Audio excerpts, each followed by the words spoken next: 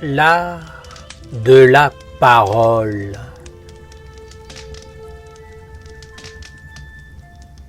L'archange Gabriel vous a offert ce commandement. Tu ne regarderas pas ce que tu ne dois pas regarder, de peur d'être possédé. J'aimerais vous en offrir un comme une bénédiction. Sois vigilant lorsque tu parles et écoute-toi prononcer la parole de façon à ne pas fermer les portes en toi et autour de toi. Éveillez-vous et cultivez-vous dans l'art de la parole. Rappelez-vous, Dieu vit dans la parole. Ne soyez pas des inconscients de Dieu, mais apprenez à le faire apparaître et alimentez-le pour qu'il puisse vivre avec vous et grandir en force et en sagesse. Servez-vous de cette belle opportunité du culte de la lumière et de la récitation des psaumes pour vous entraîner et vous éduquer dans cet art magique de parler.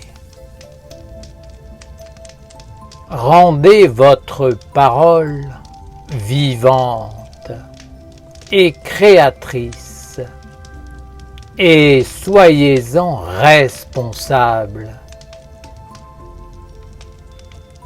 Ne soyez pas de ceux qui pensent que la parole est un outil sans vie, sans importance, sans dignité, qui peut être mis au service de la médiocrité et de la laideur. La parole est un don de Dieu et de son intelligence, de sa majesté. La parole est Dieu, car il s'est donné lui-même. Prendre soin de la parole, c'est prendre soin de Dieu et de la vie belle, intelligente et riche. La parole est aussi puissante que la pensée et que l'acte. Elle est le médiateur à l'image de l'homme entre le ciel de l'intelligence et la terre du corps. Si tu piétines une fleur et que tu l'arraches pour la jeter, c'est que ta pensée n'est pas éclairée dans la vision juste et subtile de la vie. La pensée fait voir ou elle éteint la perception juste ce qui conduira à l'acte ténébreux. La pensée est la perception. La parole est l'âme. L'acte ouvre ou ferme les portes. Tu profanes la fleur parce que tu penses qu'elle n'est rien, qu'elle n'est pas vivante, qu'il n'y a pas un être en elle, une vertu, une destinée, une utilité. Tu fais cela avec une fleur, mais tu le fais aussi avec la parole. Tu l'arraches en quelque sorte et tu l'utilises mal. Tu penses ainsi qu'elle t'appartient, qu'elle est à ton service et que tu lui es supérieur. En cela, tu te trompes, et celui qui se trompe sera trompé à son tour, car telle est la loi. La parole aime être avec Dieu, comme la fleur a besoin de la terre et du ciel. Ne prive pas la parole de Dieu d'intelligence, d'âme, d'invisibilité, sinon elle se fanera.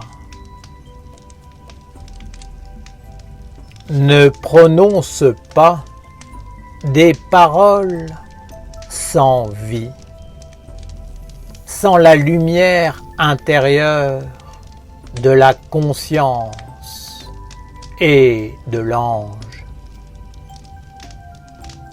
La parole aime être animée par la vie supérieure, emplie d'images, d'inspiration, de force de l'esprit. C'est ta vie intérieure, et uniquement elle, qui est le feu secret qui donne la vie et l'âme à toute chose. Rien au monde n'est plus puissant que ta vie intérieure. Dieu a créé le monde et il te demande de l'animer par ta vie intérieure. Si tu es éteint, tout s'éteindra. Si tu es avec un ange, tu feras apparaître Dieu par ta perception, ta parole, des actes créateurs et fécondants. Ne prononce pas de paroles stériles, vides de sens, d'intelligence, qui ne transmettent rien, qui sont privées du feu sacré. La parole est essentiellement un acte magique qui est créateur, invocateur et fécondant du futur. Étudie la parole sous cet angle et forme-toi un corps d'expérience et de conviction afin de prendre soin du don de Dieu. Apprends à analyser la parole, à la peser, à la percevoir, à percevoir l'âme, la force, l'influence qui est derrière. À travers les mots, tu peux rencontrer les esprits qui gouvernent et agissent derrière les apparences. Tu peux même agir sur eux si tu es conscient de cette science et de cette subtilité des mondes. Lorsque tu parles, c'est un monde qui apparaît. Lorsque tu es dans le silence, tu es libre. Mais lorsque tu parles, le choix est fait et les mondes autour de toi commencent à s'activer afin de réaliser la parole en acte, en chemin de destinée. Comprends cela, car tu dois bien réfléchir avant de prononcer la parole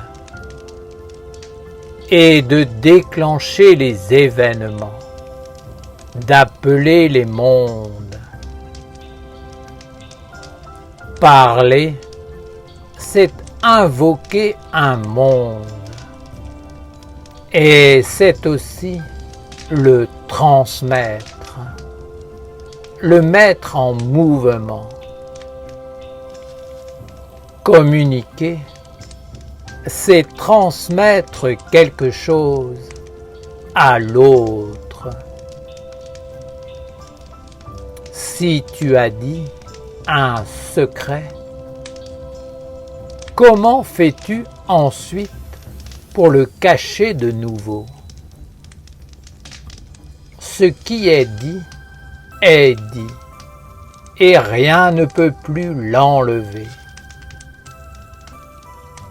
La parole prononcée existe par elle-même et elle poursuit son chemin de destinée à travers des affinités, des existences et des alliances. L'homme inconscient pense que la parole est une distraction, un amusement, un moyen de passer le temps, de combler un vide, ou alors un instrument pour jouer avec les autres, les abuser, les fasciner, paraître ce que l'on n'est pas, briller, se mettre en valeur. Mais comprends que de telles attitudes font partie des méandres et du néant de la vie. C'est un chemin d'inconscience et de perdition. Parler est un acte qui a de la valeur. J'aimerais que la nation essénienne prenne conscience de cette vérité et approfondisse cette question avec conviction et bonheur de vivre mieux. Une mauvaise façon de parler apporte la ruine et peut conduire en enfer. La parole peut invoquer les mondes et les rendre vivants, agissants. Si tu appelles la médisance, elle fera en sorte que tu appartiennes à son royaume, à son atmosphère,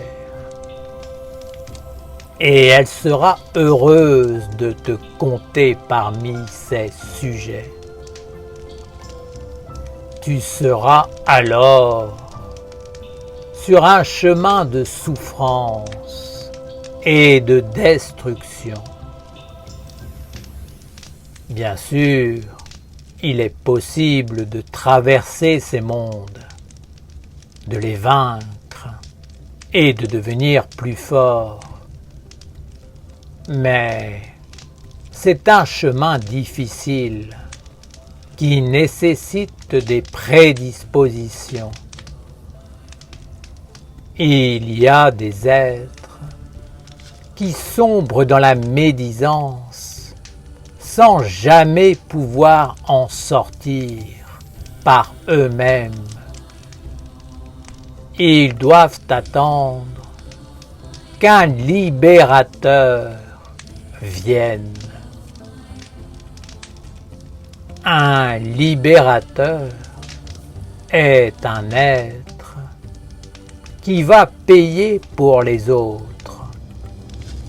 Mais cela nécessite une grande sagesse, une grande force et une maîtrise de l'économie.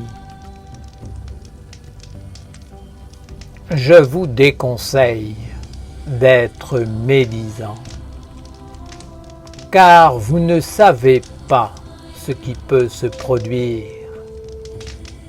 Peut-être que les êtres contre qui vous parleriez vont souffrir, et peut-être que les mondes supérieurs vont décider de fermer les portes pour vous.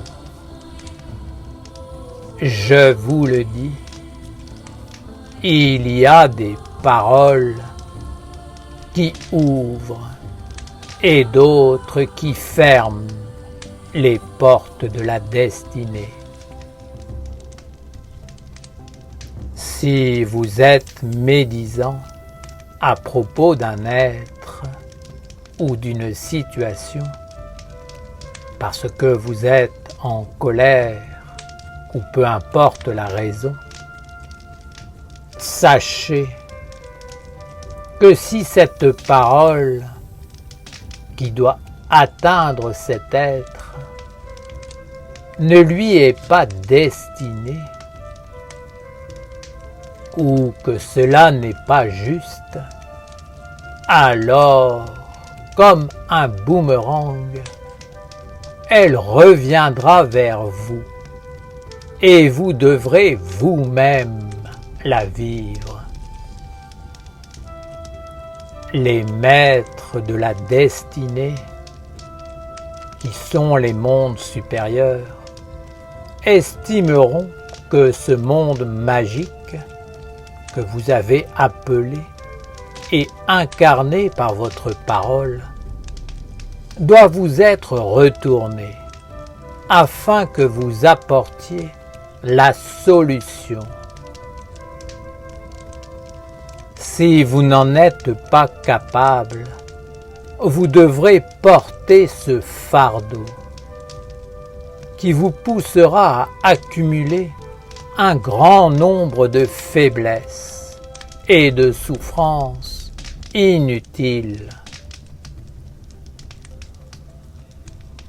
La parole doit toujours être un acte bienveillant, bienfaisant, guidé par la sagesse et conduisant vers la grandeur.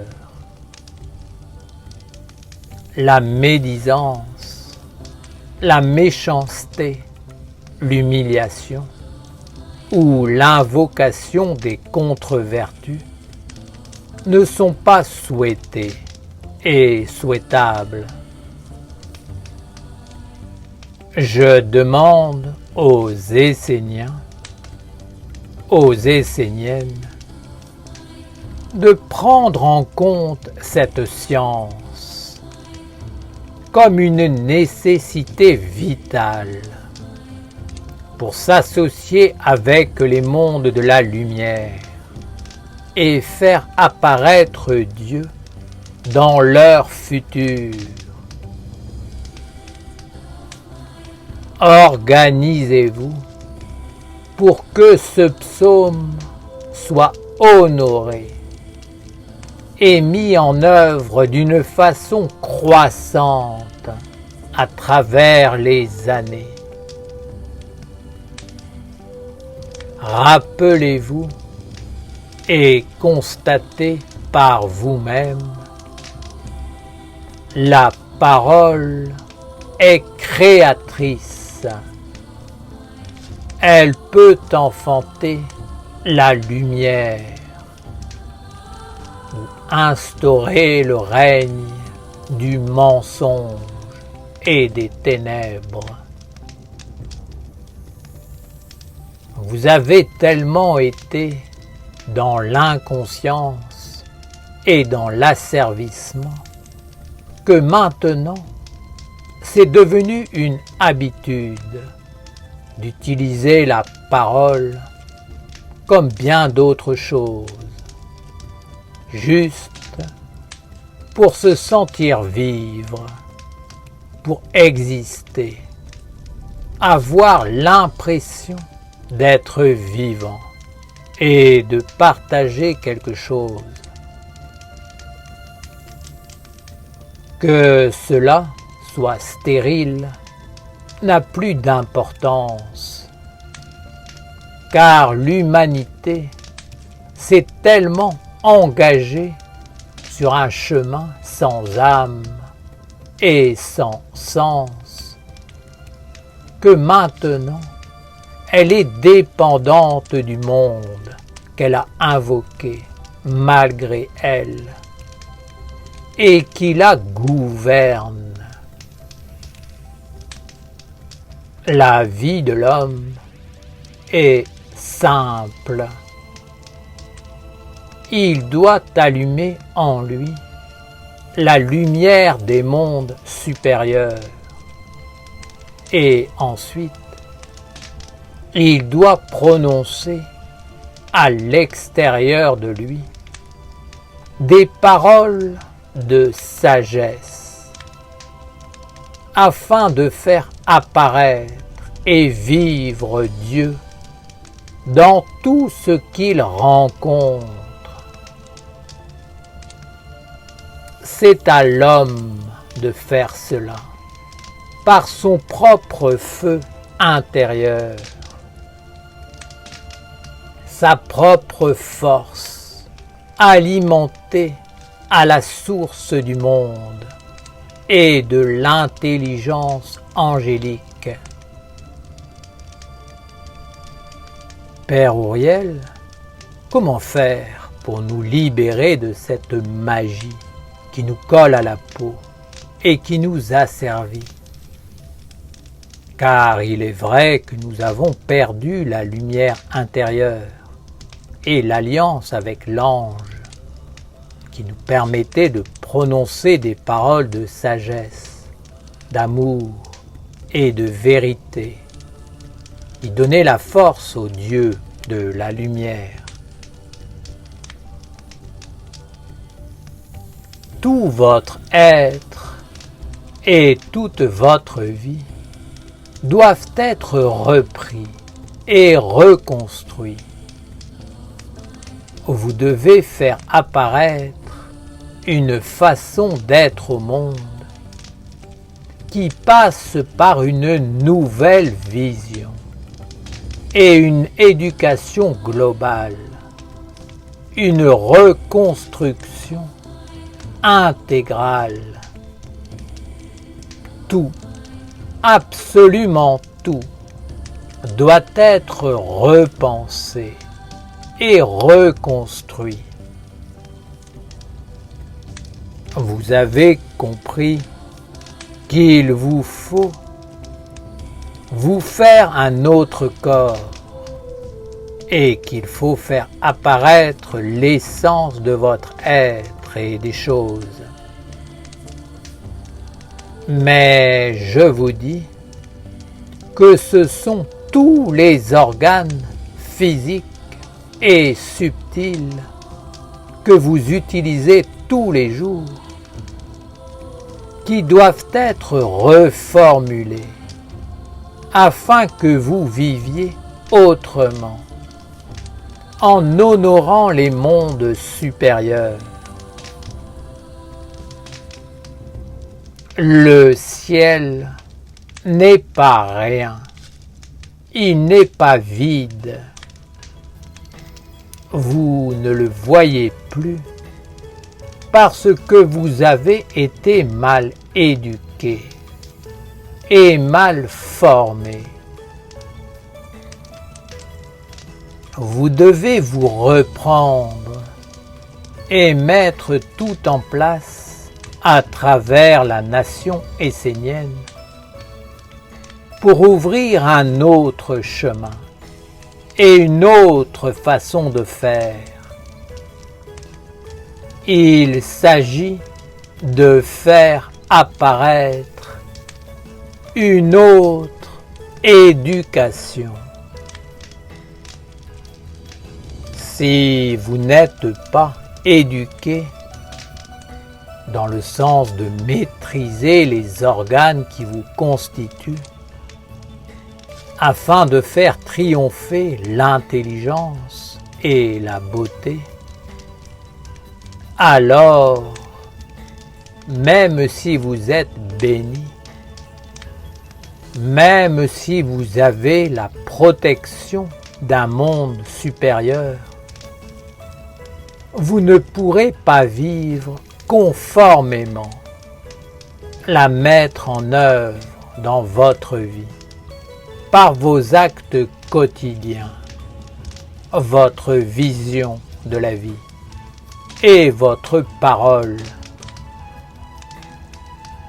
C'est comme si l'on vous donnait un trésor et que vous le jetiez, tout simplement parce que vous ne savez pas l'utiliser. Je vous le dis, absolument tout doit venir du feu intérieur et doit apparaître de votre vie intérieure. Votre vie intérieure est la source du savoir qui illumine et de la créativité qui donne une âme. À l'intérieur de vous, il y a le vivant. Cet être, lorsqu'il est éveillé, peut transmettre la vie, l'âme et la lumière à l'extérieur, en passant par les yeux, la parole, les gestes et par un grand nombre d'organes qui compose votre être. Si vous êtes vide à l'intérieur, vous devenez les médiums, les instruments d'un monde inconscient qui vous utilise non pas pour faire apparaître la lumière divine, mais pour banaliser, pour cultiver l'indifférence, ce qui éteint la lumière et la vie. Vous devez utiliser la vie et vos organes dans le seul et unique but de renforcer et de faire grandir Dieu la lumière.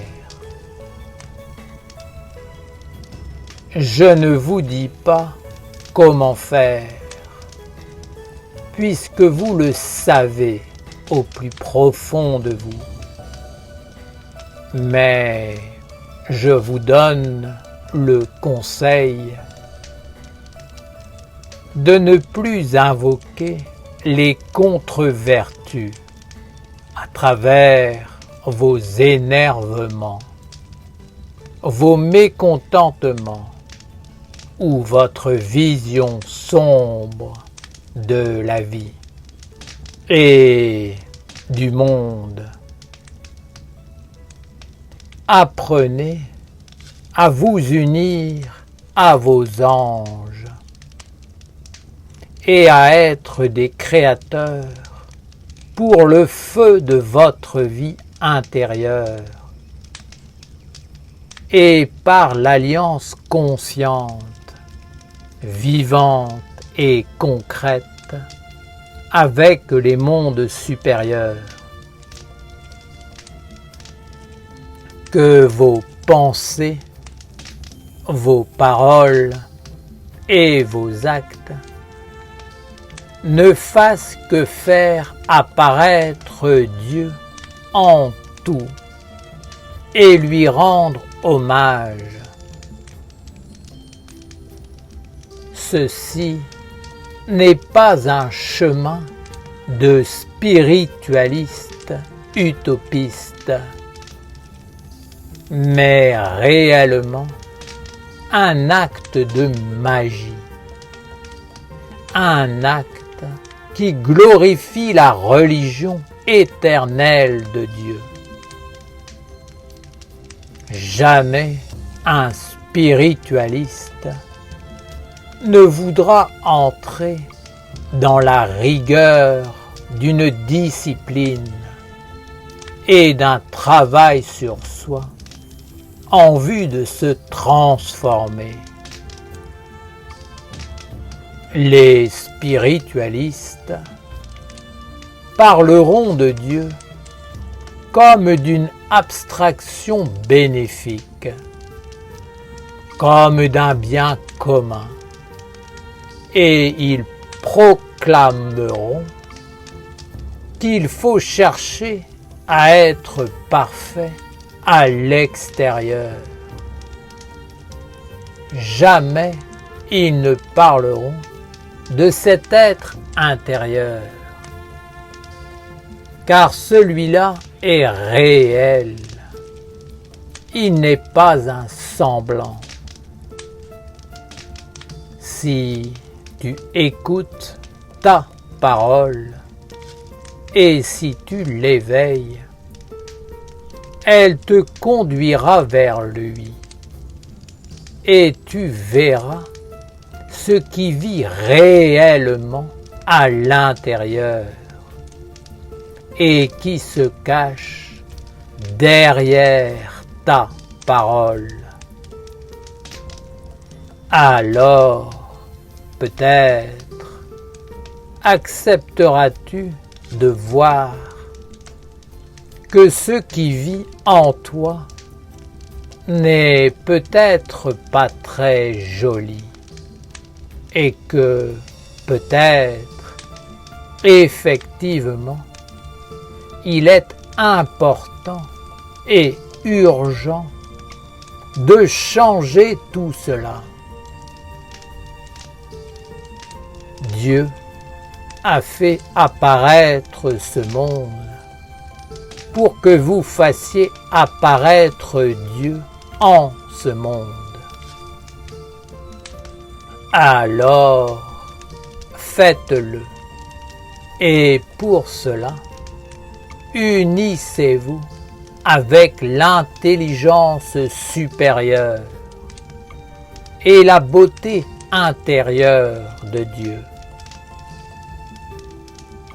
Lorsque Dieu est présent, tout est parfait, clair et sage. Comprenez que la parole est une magie puissante et agissante. Prenez-en conscience. Si vous ne prononcez pas les bonnes paroles, vous attirerez la colère et le mécontentement des mondes supérieurs. Et vous serez obligé de manger la conséquence de vos pensées, de vos paroles et de vos actes injustifiés. Vous devrez les respirer, les porter et les vivre.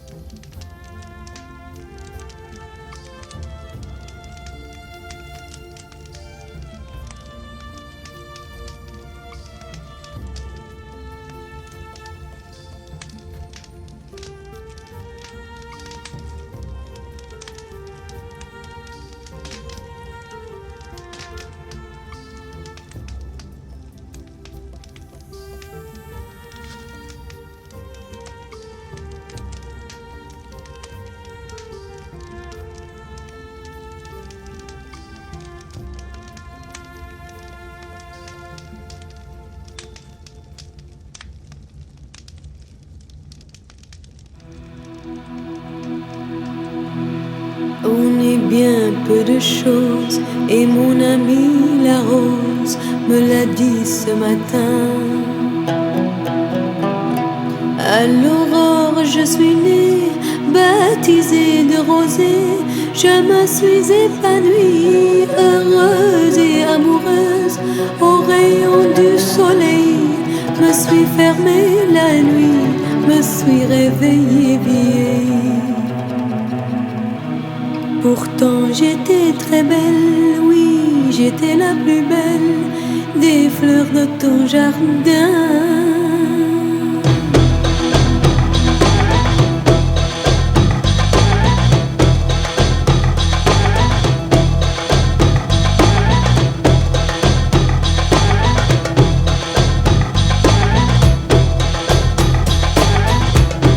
On est bien peu de choses et mon ami la rose me l'a dit ce matin. Vois le Dieu qui m'a fait courber la tête et je sens que je tombe et je sens que je tombe. Mon cœur est presque nu, j'ai le pied dans la tombe, déjà je ne suis plus. Tu m'admirais que hier et je serai poussière pour toujours demain. On est bien peu de choses et mon amie la rose est morte ce matin.